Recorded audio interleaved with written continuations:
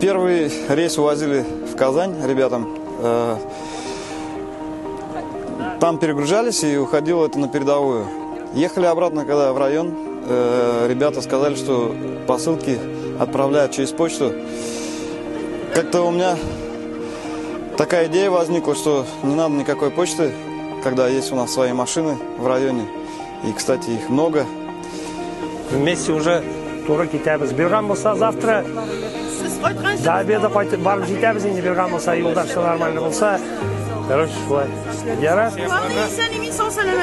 Амин, амин. Арагызда мен урагы. Мен сезне ярада, исән сау булыгыз. Көчле, бик көчле җегетләр. Молодцы.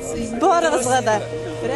Ну, у меня идея такая пришла, что можно самим довести ребята, потому что там все наши, их надо поддерживать. Мы район, и мы сила.